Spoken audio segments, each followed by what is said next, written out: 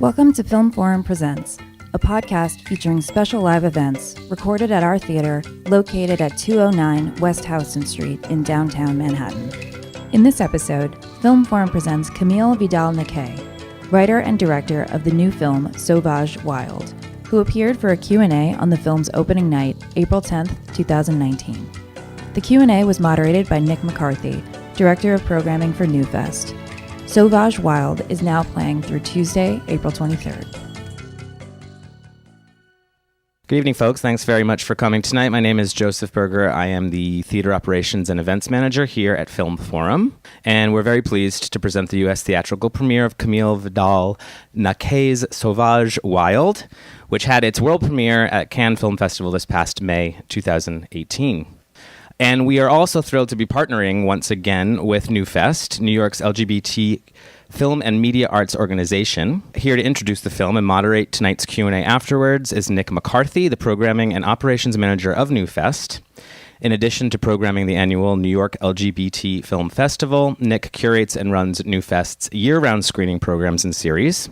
His writing on film and media has appeared in multiple publications, including NBC News, Time Out New York, Slant Magazine, and the Boston Phoenix.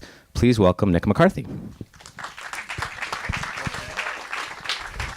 Thanks, Joe, and thank you, Film Forum, for this beautiful venue. Once again, my name is Nick McCarthy. I'm the Director of Programming at NewFest, New York's LGBTQ film and media arts organization. NewFest is a year-round organization that screens queer film. We've been going on for over 30 years. We just celebrated our annual New York's LGBTQ Film Festival this past October, which is really wonderful because it's 30 years of queer storytelling that we're providing in New York City.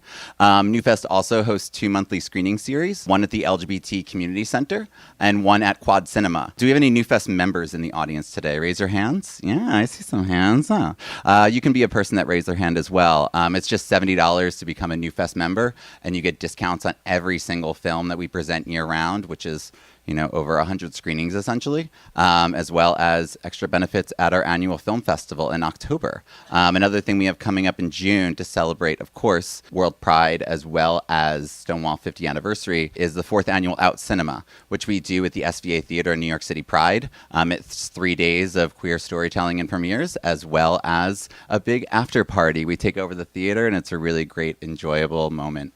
So I hope you'll check out all that NewFest has to offer and enjoy some queer films with us. Just go to newfest.org and we'll see you there. But the real reason we're here right now is for this marvelous, marvelous film, which I had the honor to see a few months ago on a screener, but I'm excited to watch it in the theater with you again today. And you'll see that SAUVAGE Wild is a visionary and visceral portrait. And you would have no idea that this is actually the feature film debut of its writer-director. So I'm very excited to welcome to the stage Camille Vidal-Naquet.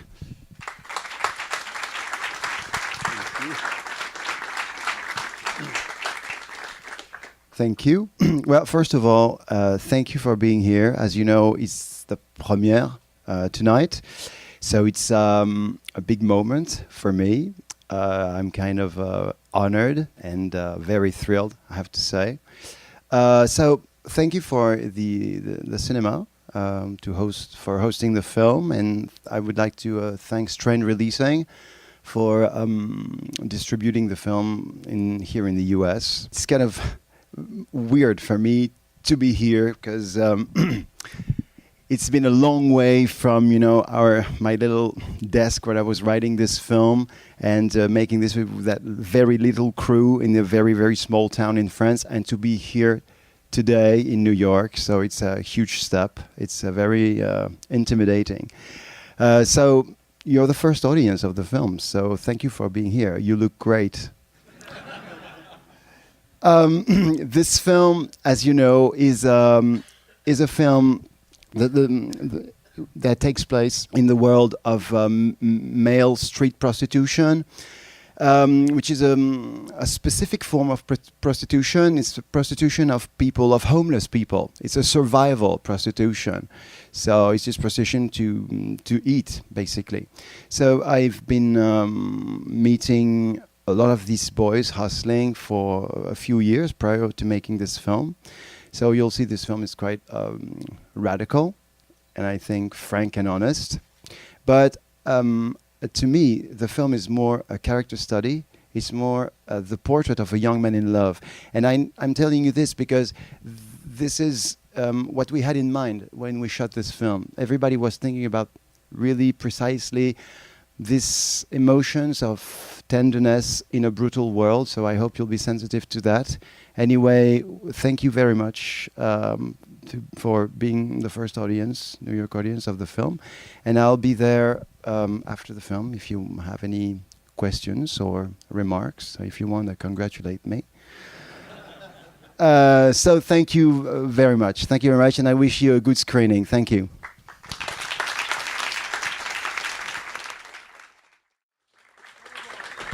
Another round of applause for Sauvage, and I'm honored to welcome back to the stage the writer-director, Camille Vidal-Naquet.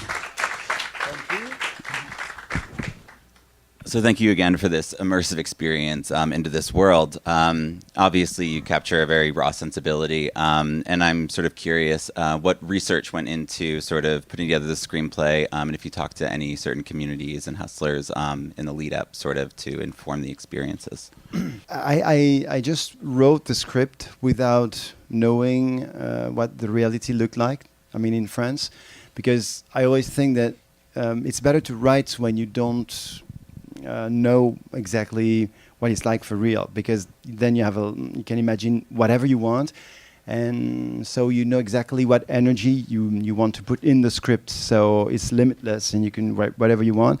But when I had a first draft, I wanted to know what it was like in France. I didn't even know if street workers, street hustlers still existed in France, because a lot of them, to my knowledge, are now using apps and are in the internet. So I contacted this a charity in France who's working with homeless people. It's just homeless, every people who is in the street. So it's homeless people, hustlers, men, women. And so I went there with my script, and I wanted to ask the social worker some questions that was raised when I was writing the script. And they had a very interesting approach, is that they said it was very difficult for them to answer my questions, because they made me understand I was just categorizing people. Like I was saying, is it possible? Is it likely that some prostitute would do that? And they told me, you're saying prostitutes, but they are people. Before doing that, they're individuals, meaning they all have personalities. So some of them will, some of the others won't, like anybody else. And I thought it was very interesting, because that was true. And I think it's like something we all do. We have this category, and we think that these guys are functions, but before being a function, they're humans, then with the whole complexity of human beings. So they told me, it would be better that you go there and you meet them and you talk with them, and you'll see how it goes. So I joined them, and it was we had a little van, and it was Rome's in the Bois de Boulogne in France, who is I don't know if you know this, is a famous place in France, because it's the richest part of the city, which ironically enough, it's the place where it's the richest part of the city with the poorest people. So they hustle there. And so I joined them in this little van, and this is how I started meeting the boys. And I told the producer that I needed some time. Like I said, give me 2 weeks, because I need to go there. And I stayed there almost 3 years. And so, and in the end, the producer said, okay, well, we're going to postpone the shooting because you're obviously busy. And so I said, yeah, but it's like, I need this time, because it was like the contact was so strong, was so human, was so rich, that I thought it was, I needed time. It's like when you meet anyone, basically, you want to know more. And I was going, but I wasn't going every day. I was going every Thursday night. That was my night on Thursdays. And I was impatient to meet them and keep on talking. So this is what I did for 3 years, and that was 2 years and a half. But then, anyway, let's say 3 years. And then I think you have got a really marvelous performance out of Félix Mitterrand. And I'm wondering, sort of, when he became part of this process, did he go with you at a certain point as well to sort of learn and give, Well, no. He didn't come. No, he didn't come there because it was not his job. He's just a performer. He's an actor. So I think it was very important that only me is doing this part of research, and then the others. The relationship I'm going to have with them is how I'm going to translate this. But it's my vision of it, and so it was two separate things. So the script was written, and we started. We began the casting, and I met a few guys that were interested in that part, because you can imagine it's not very easy to find someone.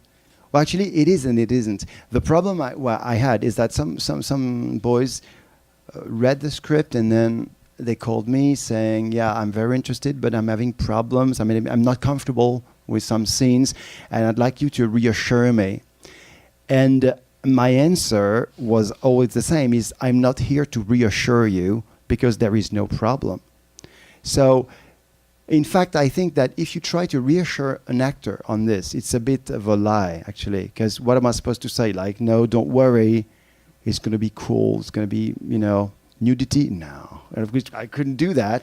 I said, no, you read the script. And I said, we are talking about a job. These are workers. So we're just going to shoot this whole movie the same. And there's no issue in the script. There's no problem. And if you want me to reassure you, it means we're going to have a problem later when we're going to shoot. Now, that's obvious. It's obvious that it means we will come to a point where that person is going to, I don't know how you say in English, but, when you don't have the courage to go on. I don't know the word for that. So découragé. Anyway, so I said, no, I cannot reassure you because there's no problem. And then I met Félix because I was interested in a French actor. There's been twice we want to work together, but it is never working for some reasons. But when I talked with him, he said, you should meet Félix Marito, because he was playing in that film BPM. And I couldn't see the film because it was being edited when I was doing the casting, so I didn't see anything. He said, just meet him and make him read the script. So I met him, we just talked, and I sent him the script, and he called me the day after, and he said, I've read the script, it's really strong and powerful, but I think there are some scenes you're asking me to do that are very complicated. And say, okay, what scenes and what's so difficult about them? And he say, well, how is an actor supposed to give so many different feelings with almost no dialogue? And I said, is that the problem you have with the script? And he said, yes, it's not a big problem. I said, yes, it is, but okay, is that all? I said, yeah. I said, okay. That's a good start. I said, okay, you got it. And then because he was like a beginner. He was just done this small part in BPM. And it's always that thing where you kind of gamble because it's a leading part. And I knew that every shot was on him. So it's a bet, and it works or not. If it's not 100% successful, it doesn't work at all. That's the thing. So, but he was so convincing. He understood it all. He knew exactly what was going on, and he has this conception where this part was really like any other part. It was extremely simple the way he pictured it. And I must say another thing is that he's very good. He's very, very good at what he does. He's very brainy, but he doesn't. He does everything with his feelings, and he understands things very, very quickly. And that's great because you don't have to talk for hours to ask him to do something. And the other thing is that he's just fascinating to film. You want to film him all the time when you have a camera. And I remember for one of the casting sessions we had, I had this little camera. And it was over because he did his part. He said, "You want me to do anything else?" I said, "No, that's okay. Just don't do anything, but I'll just, keep on filming you. And he has this attraction. I don't know. That's when he's on screen, something happens. And I think it was important to have someone like that because there's a lot of shots in the film where he doesn't do anything. He's just waiting. He's just watching things. So, yeah, I'm a bit long now. No. I think it comes across very well in its balance of vulnerability. Yeah, so that's your answer. How I chose Félix Marito. And I'm really fascinated too with like his character essentially, and the pull that he has towards this line of work, and sort of the blurring of the lines between what is both professional and personal. Was that sort of the leading concept in developing this character with him as well? Or this work they do is very difficult. It's a very difficult job, but it involves your intimacy and pretending to give love and affection. And I think maybe there's always a time where you don't fake it totally. You end up like it's so tough. And again, it's prostitution where you're in the streets. So I think you have this thing where you need affection. And the other thing is, we always picture homeless people like if they have no feelings. But I mean, homeless people, I mean, I met a lot of people living in the street, and they have this feeling of affection, love, anger, I mean, like anybody else. But for some reason, it's never shown like this. It's always like one side. But I thought it was interesting to maybe end up with this kind of preconception. And I think it was beautiful to show that simplicity. Do you have any questions from the audience? I know that there are some microphones too. I was really impressed by some of the club scenes in the movie, like what you did with strobe lighting. Would you want to talk a bit about how you captured that? For those scenes, I wanted just strobe lights, nothing else. And I often had these cases where DPs tell you, yeah, we're going to put that, but we're going to add extra lights. And I say, no, I just want this. And I've always been frustrated when I see a film with a nightclub scene, because they never look like real club scenes. It look like cinema club scenes, not real club scenes. But for the clubs I've been to, when I was much younger, it was like these small parties, like rave parties in the 90s, and it was like, that's all it was. There's a thing where you're like, you don't know exactly where you are. There's very violent lighting. And I think being in a nightclub is violent. The music is violent. The lights are violent. It's a violent place, basically. So I thought it was interesting to recreate this. And so we did it, which was kind of complicated. Well, there's a lot of technical issues. Maybe not that interesting, but because the frame. Frame rate, kind of. Yeah, I cannot explain. The frame rate of the camera is not the same as strobe light, so it means that you're gonna miss pictures from time to time. So we had to, on the whole scene, there were like some blank images that we had to remove one by one for it to work, because we can do anything else. And so there's two scenes. The first one has been shot with actual nightclub strobe lights, but the second one, where he's with that Eastern Europe guy and dancing, it's much more vivid, and that was a cinema light we used, so much stronger. And so the problem is you cannot go much more than 45 seconds. After that, it begins to be very difficult. But it was important for me because in that scene, what I really like is Félix is the character dancing, because he's sweating, and you can imagine that he's going to be very tired from what he does. He doesn't have a home. He's had a very strenuous activity, but his energy is endless. He has this strength in him. And I thought it was interesting to show strength, but not fighting in the street, but just dancing, sweating, meaning the body is like standing all the time, and it's a strong body. And I thought it was interesting to give the character some strength. And I think those scenes give him strength. When you were doing your research on Thursday nights over the 2 or 3 years, was there a particular number of guys you were talking to? Meaning, did you get to know like let's say 5 or 6 well over those 2 years? Or was it always different? Well, the thing there is, it changes a lot.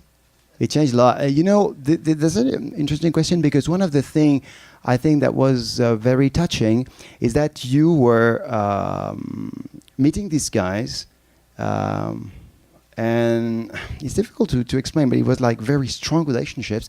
And one day he didn't come back, so I was on Thursday, he wasn't there, and never saw him again. And I will never know. And it was always like this. And in the beginning, it was kind of hard, because I was like, it was difficult. Like, you miss someone, say what's going on, and you will never know. And then the next time I learned to give more distance, because if you got too much involved, it's too painful then. It's like you're losing someone. So it changed a lot, but some of them were regulars. I mean, some of them, I think, from what I see, but I'm not a specialist of those questions. Even if I stayed there, I was just at one spot of male prostitution, and there are others. And I'm not a social worker, so I wouldn't know. But my feeling is, some guys, I was seeing them a few weeks, and then they were gone. But when it was more than 3 or 4 months, they were staying there forever. You see, I had this feeling, but I'm not sure it's true, but that's just the feeling I had. Yeah, but then I became closer to some of them, and we became, I wouldn't say friends, I don't know exactly, but we needed to talk to know what's going on, and so yeah, there was like a bunch of them that I knew better than others. It was an incredible character study. Thank you. It was intense. My question is about the end. I don't know whether you're throwing it over to us for interpretation, but I'm most curious about your explanation of what happened. It seemed like he was not faking it with the older guy, but maybe he was. I'm curious to know how you felt when you wrote it and what you want us to believe. Sauvage has been translated here wild, which is the right translation. Let me reassure you. But I proposed the word untamed, but they said no. I don't know why. No, but I think wild is better. I think it works better. But untamed to me was more accurate, because, yeah, it might not be a very beautiful film title, but it's the fact that in the end, you can notice that this boy sells everything he has. He's selling his body, his personality, his love. But there is one thing he doesn't sell throughout the movie, is his ability to choose. And in the film, you can see that nobody ever chooses for him. It's always his choices, which is a bit weird for us, because sometimes we don't understand. But I think that's why it's interesting, because it's not clear sometimes. But in the end, somebody is making a choice for him. It's that older guy, which has good intentions, but he's conniving a little bit, because he's working with that doctor. They're taking control on his health, which to me is very, very shocking, because you cannot do that. A doctor cannot communicate with somebody else saying, here is what we planned for you. So they're choosing for him. And in the end, something has been written, has been decided. And in the end, I must say, I don't really know if he's going to a better or worse life. I have no idea, because it's not for me to judge. All I know is that his choice is his. And that's what makes the character strong and big to me.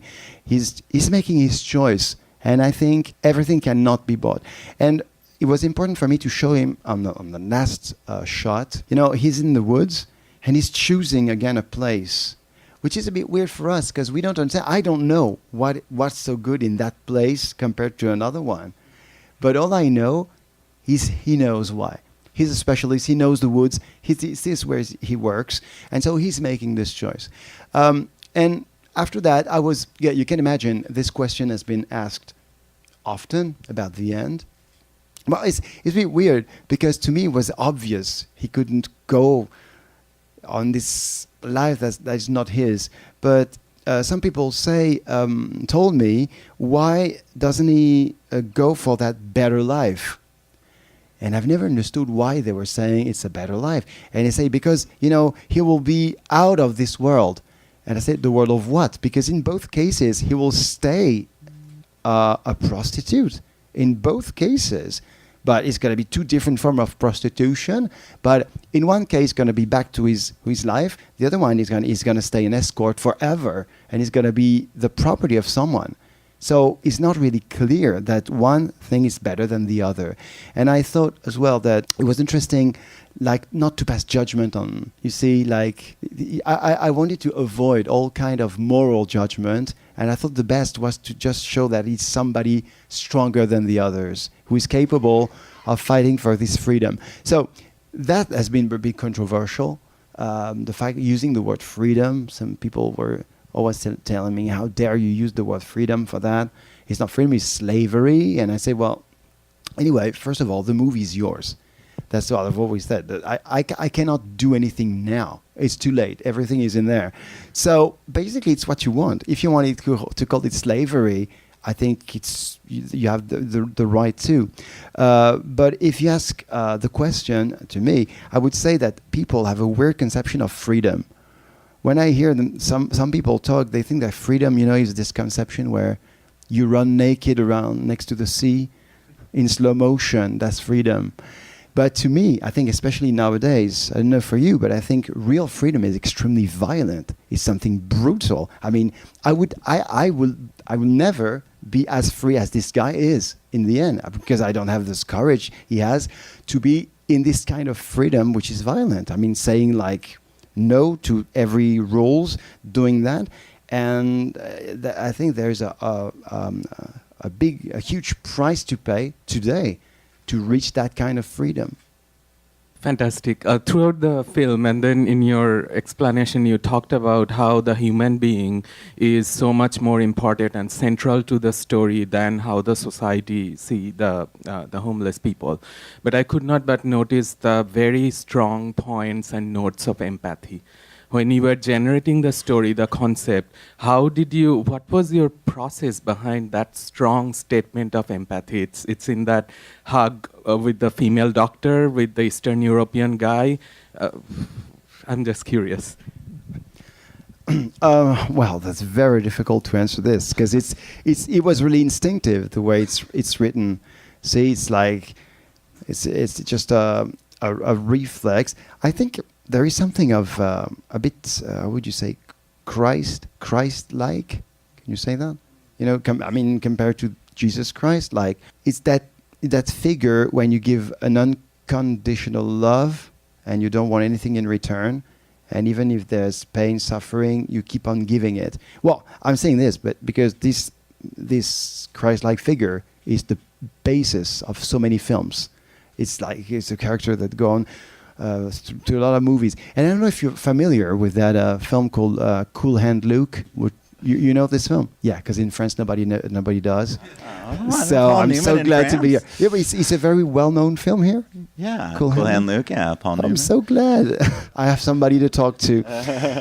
Because usually I go into this and it takes me like 15 minutes to explain, because this movie is very difficult to explain. Well, you see in this film, I've been seeing this film and I wanted Felix to see it as well. And I think it's the kind of same thing. It means you have a character and he looks weaker than the other.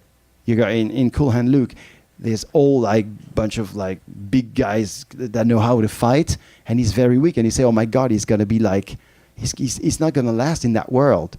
But he has this resilience, this courage, and he's like a sun. He has this power, and his power to give energy, joy, and love. And actually, he's stronger than anybody else. And it's a Christ-like figure as well.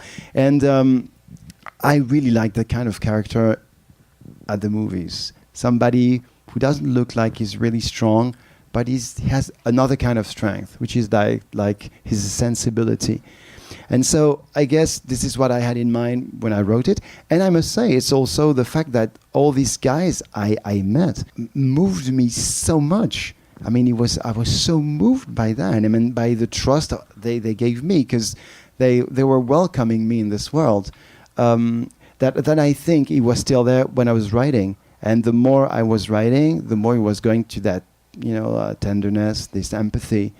But I would say empathy, but just one last thing is, I think in the movie there was two things to avoid. It was like I was trying to avoid saying, "Oh my God, poor guy, that's horrible what they do," but I wanted to avoid the other thing, saying, "Wow, they're great, they're rebels," because it's none or the other. It's not for me to pass any judgment on it. It's just I'm giving just visibility to these guys that don't have any, basically, because nobody. I mean, in France, I don't know here how it goes.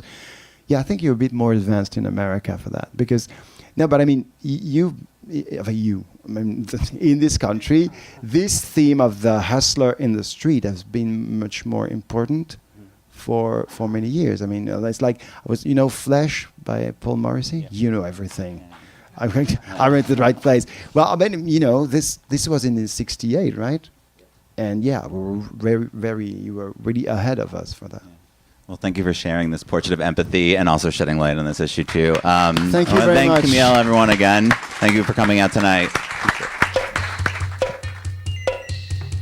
Thank you for listening to Film Forum Presents. Special thanks to Strand Releasing and NewFest for making this event possible. If you like what you just heard, please be sure to subscribe to get future episodes and rate and review so that more movie lovers can find us. Film Forum is an independent nonprofit cinema, and our doors have been kept open for nearly 50 years thanks to the invaluable support of our members and donors. Please visit www.filmforum.org for details on membership, as well as information and showtimes for our current programming. See you at the movies.